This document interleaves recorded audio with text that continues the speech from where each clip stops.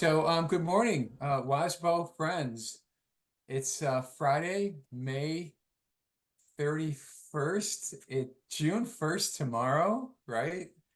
Summer is here and the school year is almost over. What a great time of year, right? Just want to run that balance of contract payroll and send everybody on their way, right? We are here as we often are once a month for our Money Talks webinar, and it's going to be a good one for a change, right? And then you'd be surprised at how much so many snarky comments we get in the chat. So new rule, no insults to the executive director during Money Talks. Yeah, we're going to talk about this biggest and scariest part of one of the biggest and scariest parts of the annual budget, and that is that's health insurance, right? Object 241. Literally 241, and it's called that because it's 2 hours of headaches for every 1 hour you spend on it. This just proves, or it's $2 of actual expenditure for every $1 you budgeted, which just proves that the guy who invented woofer had a great sense of humor.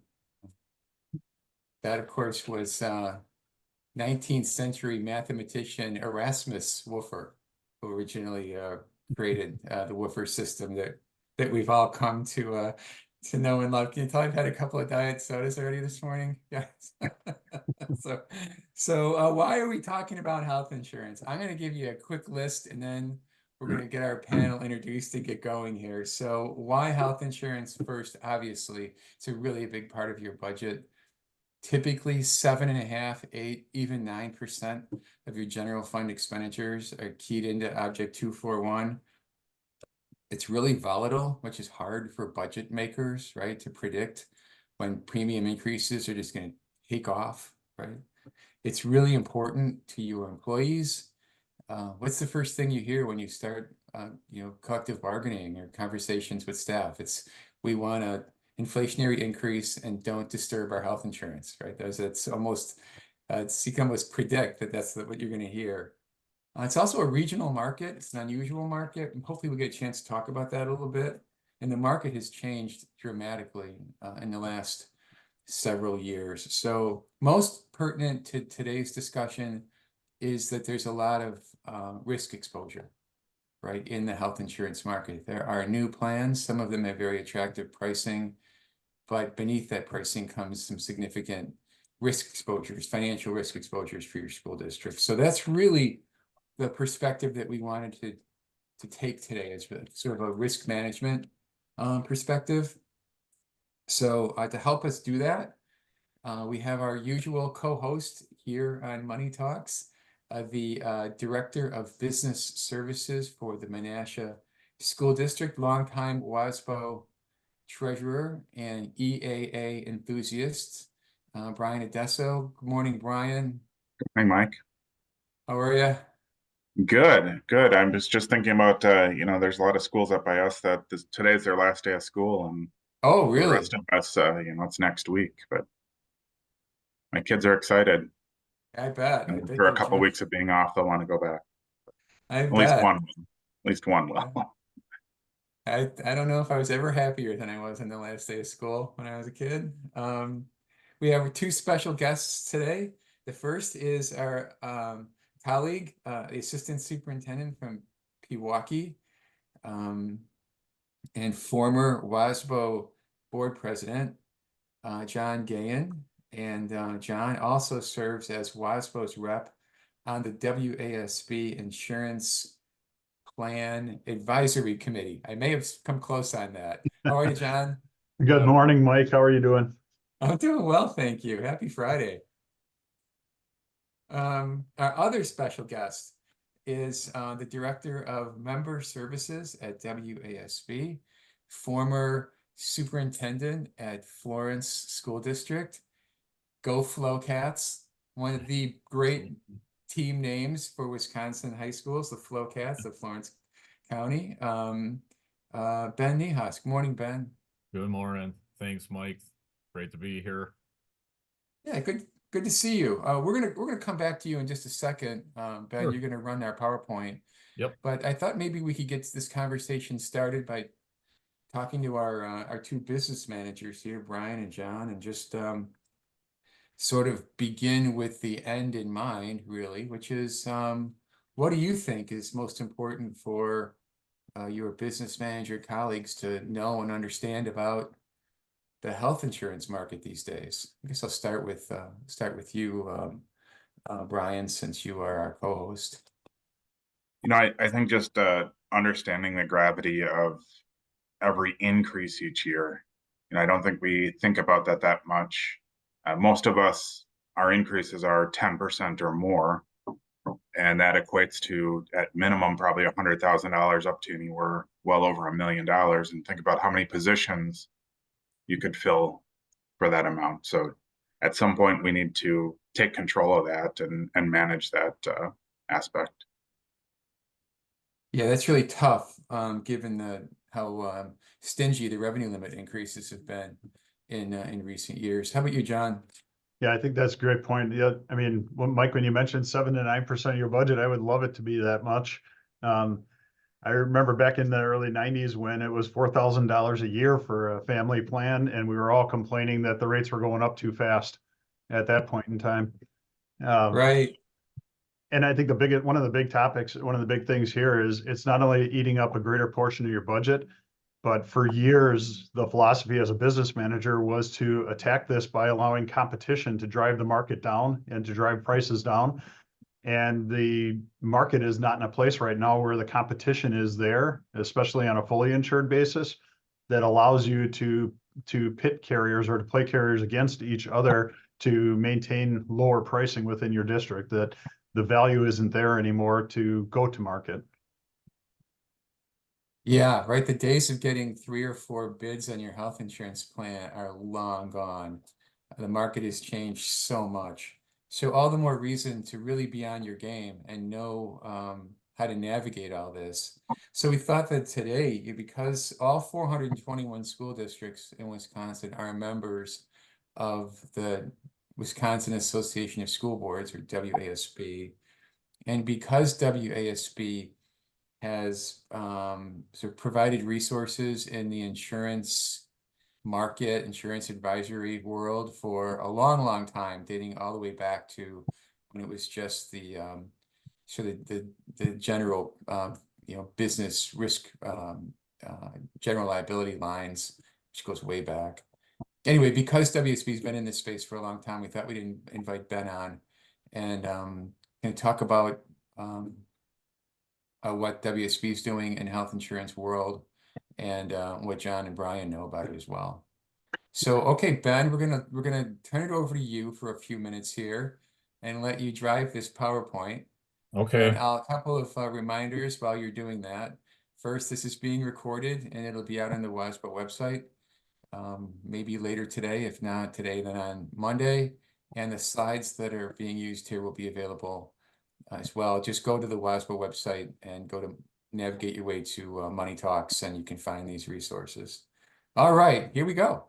Thanks, Mike. Yeah, I think one of the things that we wanted to touch base on is taking a step back from just diving into talking about health insurance and what plans were and everything, is to take a look at it from a risk management perspective. So if you've gone through the CSRM program at WASBO by the National Alliance, you understand that there are these 5 different elements of risk, and our job as business officials is managing risk.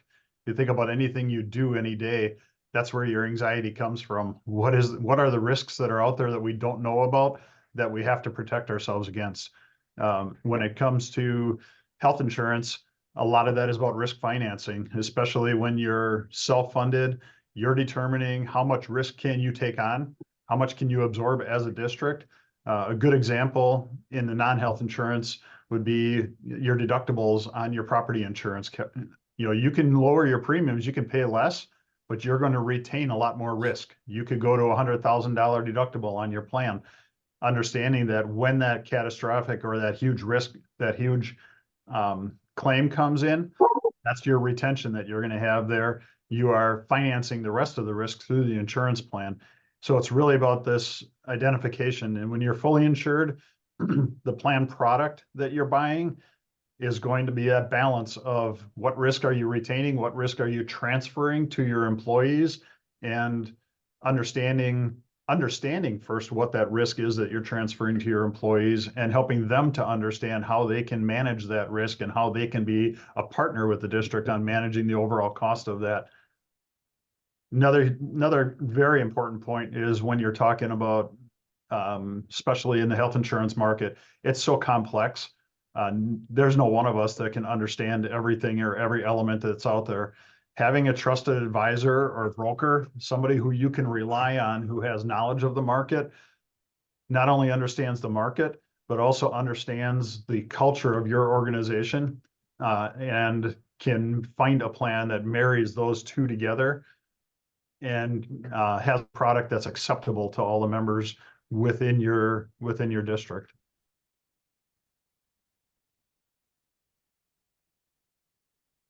So how do you go about finding the best broker for your district? There's a lot of elements. There's a lot of very good firms, a lot of good brokers out there that can work on identifying what is the best plan or what is the best design for your district. Some of the things that I think are important when it comes to this is when you're looking for a broker or you're looking for somebody to be your trusted advisor, you'll want to first clearly define your expectations. What do you want out of that relationship as a district? Some of the elements that are included in there, a market analysis. What is available? What are the possibilities that we have when it comes to placing our health insurance plan? Those plan design recommendations. Can we take a design that's in Menasha and drop it in Pewaukee? Can we drop that same design in Platteville? That may not be an option. And somebody who is very knowledgeable about the local market and the regional market is going to be able to steer you in the right direction to get the right mix of products that meet your goals, your overall goal for a health plan. Somebody who has negotiating power. Do they have the ability, do they have the influence in the market to get carriers to take a chance on you? Because you're selling yourself as much as they're selling their products to you when it comes to the stop loss carriers and PBMs. There's a lot of negotiating there, and it goes both ways. And you need that trusted advisor who has the influence in that market to get you the right mix of products at the right levels of insurance. Yeah, I think, John, what's super important to me is the budgetary context around this health insurance decision. It seems pretty much every school district can figure out their revenue side pretty quickly. Use a budget model, enrollment projection, $325, etc. And it seems like almost every district starts out with a negative margin. Like, how far in the hole are we? And the superintendent wants to keep staff, right? No one wants to do layoffs. And you want to give a reasonable increase, cost of living type of increase, and you're automatically in the red. And then you turn to health insurance, and if, like Brian says, you have to walk in and say, oh yeah, the premium renewal is here and it's going up 15%. That's just never good news. And I think it creates a lot of extra pressure on the business office to try to find a way to bring health insurance in at a zero increase or a minimal increase. And that's when folks go shopping for lower cost plans. And that old expression, right? If it's too good to be true, it probably is. That's where I get concerned. You're right. There are a lot of honest, reputable brokers, but that's not a guarantee, right? And it's not necessarily everybody. And that's I think where some of the big risk comes in. And I agree, Mike. I mean, you need to have that trusted relationship with your broker and know, just like everything else, know how they're being compensated. Because you want to make sure that they have your best interest in mind. They have competing interests because their agency also wants them to drive business. but then you also need to find out too what products that they offer. You know, some of the brokers don't offer all the insurance products, and it's good to know what they all offer and make sure that it's a broad enough range to meet your needs. Right. As I suppose if a broker can make a 5% commission selling you plan A, but a 7% commission selling you plan B, where are their interests? And at what point is that directly in conflict with your interests as a school district? That's what you've got to understand, right?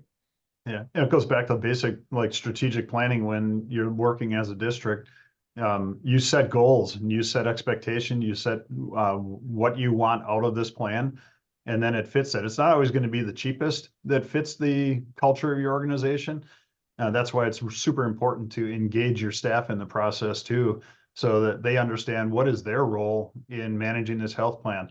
If you go to pharmacy A versus pharmacy B, there could be a 30–40% difference in the cost that the district is paying. And guess what? You're paying that because that is part of your benefit package that you have as a staff member. And I agree with John, and engaging your staff. I mean, that's why we have an insurance committee meeting that we do run everything by. That group that spans our all employee groups in all buildings, so that first we can get messaging out and get the feel out in the land quickly, but also just run things by them and see what's palatable. What direction they want to take things, because it's not about what I want or the superintendent or HR wants. These are for our employees because it is a big part of their employment, the compensation plan. That's I been think that's been an important balance for the last 30 years where you've had restrictions on revenues and you've had restrictions sometimes on your collective bargaining through the QEO and the costing methodologies where there's a trade-off, and maintaining a high level of benefits is sometimes the trade-off for what people are being paid. That came out really clear in the insurance committee this past year that we ran, that said for years, several people, my spouse makes significantly more, but their insurance plan is not very good. And that's a sacrifice that educators have made over time, is having a lower rate of pay, but maintaining a high level of benefits. And now that's engaging them in the process and understanding what that means is an important part of this. Yeah. And John, I'm sure yours is like ours, that the committee is advisory. So they're not making the final decision. But the majority of the time we do take what they say and go in that direction. Like we just proposed eliminating our HRA, and we wanted to know how they would best want to wean that off. And we were going to do it over a longer period of time. And they just said, no, let's do it in 2 years and get it done, because then everyone understands it. And so it was good to be able to talk to them and then, use kind of their thinking in the decision. So they're not the final determiner, but we do use their advice and usually use that. That's one of those great powers of engagement with them. You'll have some people on staff who believe the way insurance was 25 years ago is the way it should be now.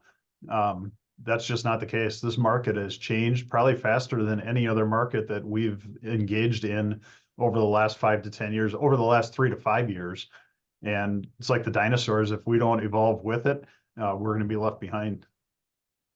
I think our colleague Bob Butler, the attorney over at WASB, would tell us that right under current rules, school districts are allowed to, or how do I say this?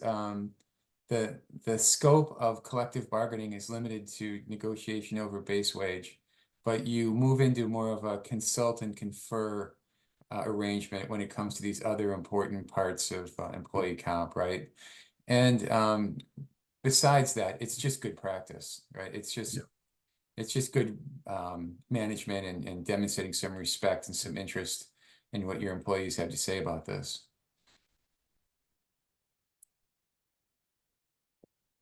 John, you want me to move on here? I think we had some Sure. break notes on Hey, fully why don't insured, we- self-funded, but why don't we let our guest, we invited Ben Nihas on for Well- WSB. We haven't let him say a word yet. no, that's totally fine. I'm kind of at the end to showcase a bit of the resource we have with the insurance plan, but no, I definitely defer to the experts here, and I know there's some other topics that John is wanting to go through and share. So I'm good. I'm good. Okay, well, you were a superintendent, right, up in Yeah. Florence. You Yeah. had to struggle with these same issues too. So Yeah. for that, you get honorary WASBO member status Oh, okay. Well, I because of appreciate that. Thanks, Mike. because But of your well, yeah, well, you were just talking about that, we had our regular meet and confers, and obviously the wages is the priority, but as all of you are alluding to, the benefit package and what you're doing is critical, and having their input is paramount. So yeah, went through those things too, and utilize the meet and confer process to get that input. But like you had said, Brian, the ultimate decision at the end of the day is going to lie in the hand of the school board of where they're going to go from the recommendation the administration takes forward. So all things that are quite familiar to me, just a few years removed. Yeah, it used to seem like school board discretion was constrained by the rules of collective bargaining. Yeah, no, it's the Now, opposite. now it's constrained by the market, right? Yeah, yeah. By the fact that teachers can go, and if you want to keep a good staff, you're going to have to meet their needs, right? So the Okay, next who's piece got that this we, slide? Go ahead. next piece that we were going to just dive into a little bit is what are some of those options that you have when it comes to health insurance. Go a little bit deeper into the weeds when it comes to it. So when you're talking fully insured, you've got decisions around all of these items like carrier and plan design.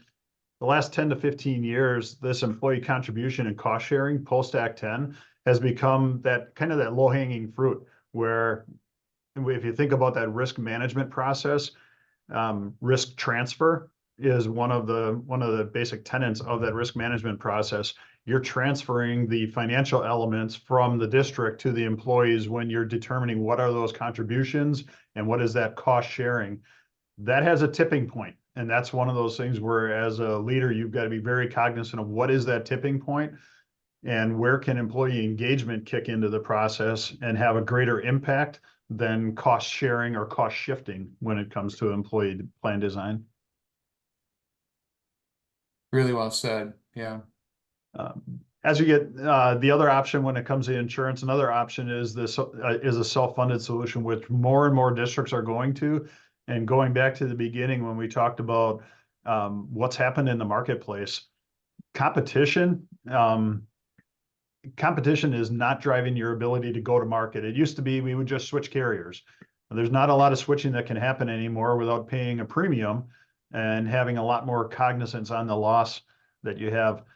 I mean, if you're self-funded, you ever watch a TV show or a baseball game or something, every time one of those new drug commercials comes on, you get a little twitch because you're gonna see it coming down the road, and you wonder how much it's going to cost. But they're all wonder drugs, and our staff needs them in some cases. So you have to look at how do you design a plan that you can absorb those costs and have your staff get what they need to be healthy. Because at the end of the day, you want staff that are not concerned about health conditions or how are they going to pay for that. You want them focusing on doing what's best for kids. And that's one of the underlying premises of the whole compensation and benefit design process. Yeah, And John, go ahead, Brian. can you go back, Ben? Yep. Just when you're thinking about the self-funded to the design, and we didn't talk about it too much under the fully insured, but there's the high deductible plan and how much the employees pay for service. That used to be what 10 years ago, that was all the rage, that just have people pay more and then they'll shop around for insurance or for their care. Well, how do you shop around for care? There's not a ton of resources out there. You ask your neighbor and they said, oh yeah, I had a knee replacement and it went well with Dr. So-and-so. So then you go to Dr. So-and-so and you don't know what the price is going to be. You don't know anything. I just found it interesting that some fully insured carriers, I know of one specifically down in Madison and HMO, they went to a $0 payment for everything because they're saying that it just doesn't help. Like that's not, consumerism is very difficult in the health insured space. And with self-funded, a lot of us use navigators. So someone can call up a number to actually help with that navigation, because we don't really want people to be asking their neighbor, because the cost of it could be 3 times as expensive and the quality could not be that great. They just got lucky. So there's just a lot more levers, and like John was saying, the stop loss, you can change those in and out, and your employees don't know anything different because it doesn't impact them. It just impacts the backside of the plan. Yeah, I think that's right. I think one of the huge differentiators when it comes to this that people don't typically think about is this whole enrollment services.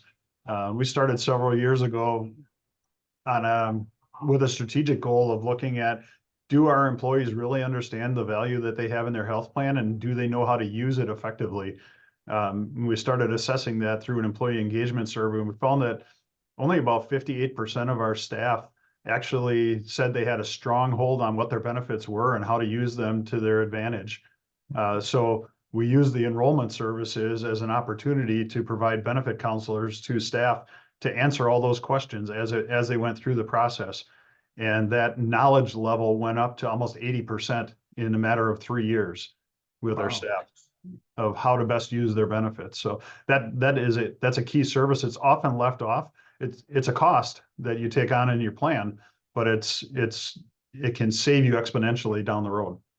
Yeah, and that service that's becoming it's much more prevalent in recent years than it was. So definitely, to what you're sharing, John, is utilize that, because otherwise the district and the employees aren't maximizing everything that's there. But that's a part that too, if your carrier that you're bringing in is wanting to offer that, do your best you can to work with them in that, because they're truly wanting to educate your staff of what those benefits are, and make them aware of, there's so much in this. I go to the analogy of, and I'll share it a little later with the book. There's just more and more pages, if you will, being added to the book, and the layers here. So for their understanding, definitely utilize those enrollment services. And when looking at all these solutions, there was a question on how we figure out which solution's best, and that's where a good broker comes into play. I would also say talk to your colleagues that are doing it. They may have some recommendations, and there's nothing wrong with telling your broker, I want to look at this solution, and they should say, okay, well, look at it, and they'll also bring other ones to the table. If they just say no, to me that would be a red flag. But it's all right for you to go and ask around to see what other people are doing, and then also work with your broker and your insurance committee to kind of find what solution works best, because it's going to be whatever solution works best for your employees. It's not really about us, it's about our employees. Yeah, Brian, great point. And I think Ben's going to bring home the resource on this as we finish up, some that are available. But relying on your WASBO colleagues, rely on your regional, rely on those different resources to get that pool of who's out there that we can talk to. Who are the biggest ones in the area? Who are the small ones? If you're in the northwest region of the state, or someplace where the network selection or that network availability isn't the greatest for you and for your staff, who are the big players who can draw into that, or to find that optimal solution for your district? On self-funded insurance, if we can just stay on that slide for one more minute. Oh, I'm going too quick, sorry. Yeah, we're okay on time, I think. It's just a comment. I've done this long enough that, maybe even as recently as 10 years ago, certainly 15, self-funded insurance plans were perceived to be really sort of exotic, and really the purview only of the largest school districts in the state. And as John had said, since the commercial plans have sort of just dried up, just left the market, a lot more districts have turned to self-funded as a solution. And just one quick anecdote. I inherited a district where they had a self-funded health insurance plan, but they didn't have the discipline to budget for it appropriately. They were sort of in denial. The actuary would say, look, you're going to have to budget for a 15% increase.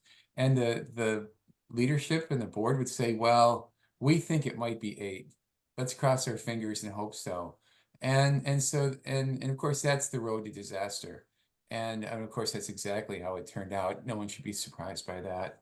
But before we leave this slide, I wanted to ask, there's the term captives on this screen. I was wondering, John or Ben, if you could talk about that for a minute. That's sort of a new term. Yeah, there's a lot of solutions out there, cooperatives, captives, that are risk pooling arrangements. They allow you to be able to share your risk with other entities into a larger pool. So you're not shopping it by yourself. You're shopping, you might have, instead of your $3 million of premium, you might have $50 million. It becomes more attractive. You can drive your rates down a little bit, but you share the risk in there. And the important part is anytime you go into those pooling arrangements is to understand what risk you're taking on. And that's where the contracts become essential, and understanding. You'll get a 25-page contract, read through there and understand what your obligations are. If you're not comfortable that you're going to catch them, you rely on your legal team. That is where you need to have legal advice to ensure that, number one, you're not obliging yourself to risk that you shouldn't be, or that is beyond what your tolerance is. And two, legally, do you have the authority as a public school district to engage in that, absorbing that risk? Yeah. Yeah, you're exactly right, John. Definitely to your question, Mike, on the captives, there's some ambiguity in that from a regulatory perspective. So, and again, that goes to what I'm going to speak to a little bit with the resources we have through the WASB insurance plan a little later. But definitely, as John said, be sure you're understanding the fine print that's in those multiple pages. And best way to do that is probably to confer with your legal counsel to John's point, is that something that can be done or utilized in a school district. There's things that private sector can do that the public can't. So be aware of exactly what it is. That's what I would reiterate that John brought up, particularly with the captives. Yeah, I was impressed that John read the 25 pages. I mean, I find that there's not a lot of pictures in them, so it's pretty difficult. So then those just go right off to the attorney. But definitely have someone look it over. Yeah. I know there's a quick Yes. question about how much fund balance do you have to have for your self-funded? It all depends. The first year you're actually only have 9 months of payout, because there's a 3-month roll-in and a 3-month rollout. So your broker would be able to help you with what you need, or ask a colleague, because no one wants to lose their job or a decision. And that's where, I mean, that's where colleagues are very helpful, because sometimes brokers, again, they're getting paid. They may not necessarily care that you would lose your job.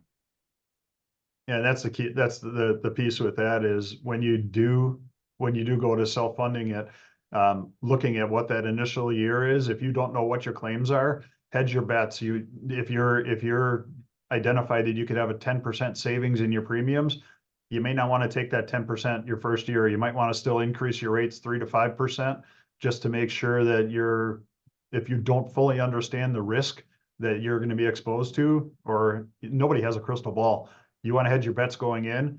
A self-funded plan, back the first time I did this a long time ago, I was advised that it's going to be 3 to 5 years before you fully understand the norms of the risk that your group has as you're moving forward. Don't get too excited of a good first year, because insurance will go cyclical. It'll go up and down. 3 to 5 years is where you can customize that plan to fit your needs and to be able to function effectively long-term. Yeah, and when they start talking about funded at expected, I would not fund it at expected. Right. Because you can't expect health insurance. Who knows who's gonna get cancer or something? Like, we don't know that. And I like my job, so I don't want to have to go to the school board and say, hey, we need another $1 million for our decision we made that we didn't fund it right. Yeah. So there's ways that you can fund it that there is no risk. You're just funding it a little heavier. But then, if the bottom does fall out, you end the year with just a net zero, and then you move forward. School boards don't like surprises, that's for sure.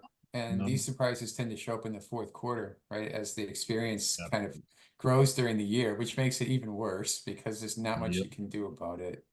But the pressure that you're under, of course, is that for every extra dollar that you budget in health insurance prudently, that's a dollar that's not available for compensation or for staffing. And therein lies the temptation to reach for maybe a plan that's cheap, but not without great risk. Yeah, Mike, to your point, I mean, that first year that you're self-funded, you won't know six to 9 months in and how you're really doing, just because of the legs and everything. Like, Right. there's data doesn't really exist almost until you're ready to renew, if you're a July 1st renewal. Right. But you're also not making the decision for a 1 year decision. It's not like fully insured. You're going into this knowing that you're going to be self-funded for 3 to 5 years Yeah. at minimum. It's just the level of complexity here is, I mean, compared to, buying 300 laptops or 300 Chromebooks, I mean, the complexity in this area is really, really intimidating. I'm glad you guys are mentioning so often, make sure you've got a trusted broker, make sure you're checking with your colleagues, do your homework, right? This is not, you're swimming with the sharks in this area and you got to be aware of that. And the great part too is that there's many more school districts that are self-funded now. It Right. used to be pretty rare, back 15 years ago, and now it's becoming much more common and of districts of all size. Yes, yes. Well, thanks for keeping us moving, Ben. Yeah. So when it comes to the whole the benefit compensation package that you're talking about, just wanted to throw some of the other things that are out there. 15 years ago, voluntary benefits, I'm willing to pay my own money after tax to get these benefits. That was not really a popular topic that you would get into. But I think of this as copay or co-insurance or deductible insurance. So if something happens to you, you're going to be out of pocket, whatever your deductible is or whatever your out of pocket costs are. Why not buy insurance that's relatively inexpensive to reimburse you for some of those costs? So it's more financial education for your staff and having them understand the value of these. The fourth one down on their pet insurance, that was always a joke that we would add pet insurance. That might be one of the #1 requested voluntary benefits that's out there, is having pet insurance Wow. available. I was surprised to see that on there, but that's coming Yeah. around, huh? Wow. Interesting. Yeah, I've been lobbying for the woofer change. So that dental insurance could be object 230. Object 230. Okay, I'm gonna try that Yeah, one more yeah, time. Yeah, Object we got it. We got it. 230. That's I'm all right, Mike. waiting. I'm waiting for the chat to explode with support for this important object change. I think DPI can get behind this. Ben, I don't think you want to leave him on this slide too much Yeah. longer. All right. All right, Yeah, never and mind. just with those services too. I mean, that's what's important, to have that enrollment services person, so that you make sure people aren't overinsured also, because some people will just take everything and they just don't need everything. Yep. So one other element that comes into this whole employee benefit, and if you're working with your staff for the last post-COVID especially, looking at that mental health and that employee engagement level with your staff, it's probably never been more important than right now with the stressors that people are feeling, and that what valves or what opportunities for engagement do you give them? This soft side of the business office, or the soft side of the business of employing people and understanding their mental health and their family needs. It's a generational thing also.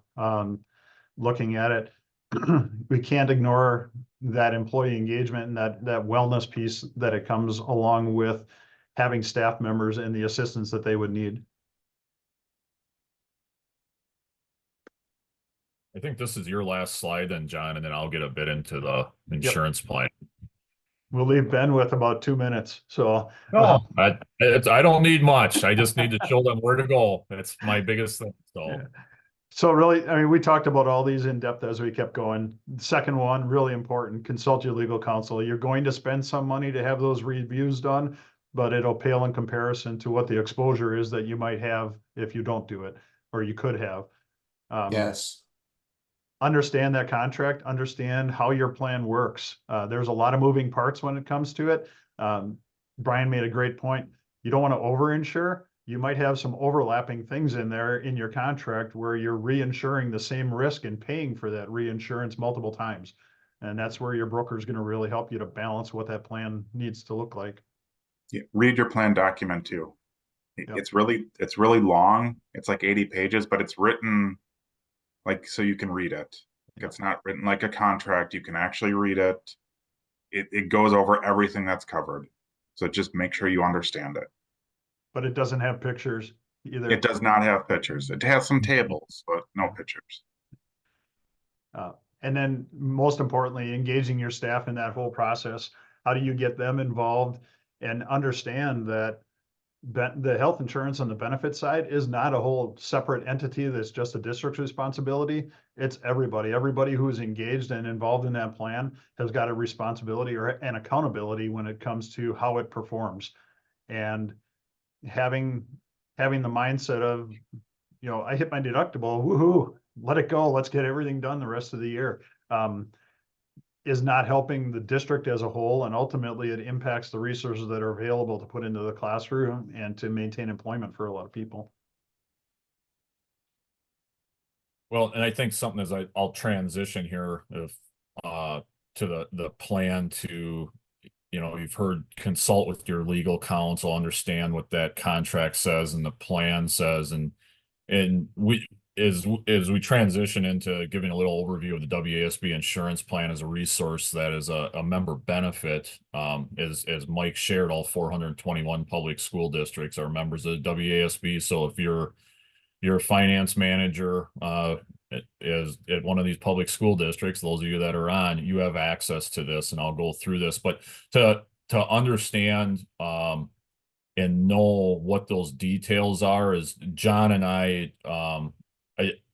I'm more in the marketing and share. I'm not an expert in insurance, know enough to be dangerous from my time as a former superintendent, but we get the opportunity to hear from the brokers, the 3 endorsed agents that you see on this page, and talking with, you know, Bob Butler is very engaged in the insurance plan from the legal end, and hearing from other experts in the field.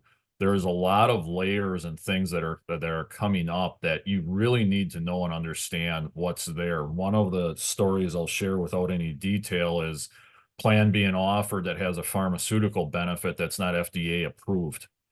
You know, it looks good because the price point and the cover looks great, but at the end of the day, there's those pieces and those layers out there of things that are coming up to try to make things more attractive based on just price point, and you can't just focus on that. You all know that, and that's a part of what educating our school boards on, who are the ultimate and final decision makers in this. So so speaking a bit about WASB insurance plan, just as we wrap up here, and this will not take long, is I just want to bring attention to it that it's a easily accessible resource, and there's an additional member benefit I'll get to very shortly here, but just brief history of it. Like, what is this? Where did it come from? The WASB insurance plan is a separate entity from the Wisconsin Association of School Boards. I know the logo here is white with a green background. Typically, you'll see a green WASB logo that says insurance plan. It has a separate board of trustees. If you're wondering, you know, again, where did this all come from? Originally, it formed many years ago, as Mike alluded to previously, and it endorsed a few specific property and casualty insurance companies or carriers. That changed back in 2012. Those 2 carriers left. So the board of trustees transitioned it to an endorsed agency program versus endorsing a specific carrier.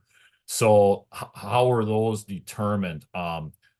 RFQs were put out, to numerous agencies and brokers. And as you can see today, there's 3 of them, M3, Tricor, and USI. They were interviewed by the board of trustees, the insurance plan trustees, and they agreed to a contract, and the goal is education. And that's our goal through the WASB insurance plan, is to be a resource and to provide background and information in an area that, as you all are aware, it's the second biggest part of your budget, and there's a lot of things that are changing on a continual basis, and not just in employee benefits, but in property and casualty. So the insurance plan, it endorses agents both in employee benefits, which has been a focus of this, but also in property and casualty. The plan does not sell or underwrite insurance. Again, the goal is to educate and provide resources. So real quick, what I want to just show you with a couple hyperlinks to the website. If you go to the WASB website, it's very easy to find. All the way to the right, it'll say insurance plan. And what you'll see, for example, there's a library and a resource center. The library is a lot of articles that the brokers have submitted in different areas. So let me see if I can do slide. Caitlin, I'm hoping this is working, and Mike and Yeah. John, okay. But just real quick, I'm not going to go into any article, but if you go to the library and go to employee benefits, real quick, employee benefits administration, these are all articles that the 3 endorsed agents have contributed. Most recently, one in February, I think, to exactly what we're talking about. Effectively managing health and benefits is a process, not a vendor-driven product. So you can click on these hyperlinks. It'll take you to those resources or those articles in the library. So all accordion drop down. The plan resources, just real quick, series of webinars. We also have model bid specifications available for you there, financial strength ratings. So again, if you find 15 or 20 minutes in your crazy schedules, I know they are, maybe things quiet a little bit, even in the business offices when the school buses and kids go away, maybe in the next week or two, you find some time, you want to go check out some of the webinars we've been putting together, which has been a focus. We started back in November with both the employee benefit and property casualty going through RFI and RFP process, and we've been diving deeper and deeper into that process. Our most recent webinar just this past March. So that's the insurance plan on the website. There's all the resources there for you to access. The other thing that you have is you have access as a member benefit to Gonder Consulting Group, specifically Joy Gonder, or sometimes you get a hold of Janet Topper. They are the consulting group that works with the WASB Board of Insurance Plan Trustees and oversees and basically really makes sure that the plan stays to its true intent, that it's being educational with the brokers that we have. But if you want to better understand, let's say, some of the stop loss options that are out there, you're maybe somewhat new, or you're hearing something new, and you want to better understand what are these captives, what's this, what's that, you can call and speak with Joy, and she can give you an unbiased overview, if you will, of what those all are. Gonder Consulting does not sell any insurance. They're just a consulting group. And again, her and Janet can provide a plethora of resources for you. So really, I mean, I mean, of course, I could go longer and go through articles and that, but that's the insurance plan in a nutshell. Is go to the website. Those resources are there. They're there at your fingertips. But John, I don't know if you have anything to add as an advisory member, or Mike or Brian, if you have any specific questions you want to ask that you think the WASBO members might benefit to me providing an answer or two. But I think that's really, I know we're getting to the end of our time here. But that's really what I wanted to share, and reach out anytime, visit that website. Thanks, Ben. Appreciate it. And you've been a good sport letting us talk over you for most of this webinar. No, we and appreciate so, the few minutes yeah. during your meeting just to make the Yeah. members aware, the WASBO members aware this is out there and exists as a member benefit. So thank you for the few minutes. That's great. Yeah. I think, you know, for me, when I listen to this, I think about maybe a younger or less experienced business official encountering this world of health insurance for the first time. And I think really the riskiest situation to be in is if you just don't know and you're dealing directly with a broker that you don't know, just some broker. That's probably the highest risk category. I love the idea of talking to your colleagues, talking at your regionals. This plan, the WASB plan, has 3 vetted kind of major brokers. They've at least had to go through the test of passing muster with WASB, which Right, is yep. at least a significant safeguard. But it's not 100% because these 3 firms they don't have a fiduciary responsibility to you as a school district or a business manager. So that's why having that attorney as sort of that extra level of resource, I think that's the right combination. A broker who's got a great reputation and a long track record, and then an attorney, you know, going over your contract. I think that's probably a pretty good combination. What do you think, John, Brian? Yeah, I think it's that, like you said, that's that team approach, and you'll be able to double check on each other when it comes to that, because the attorney's not always going to have the application. They're not going to understand the culture and the nuances of your specific district. That's what you're going to be adding to that conversation, along with the consultant and legal counsel. Okay, Great. well, you know, go ahead, Brian. No, I agree. Okay. Well, guys, thank you so much for this presentation. It'll be available on the website, as will the recording. And you know, for those of you who are the primary decision maker on health insurance, you know, be careful out there. That's what this is really all about.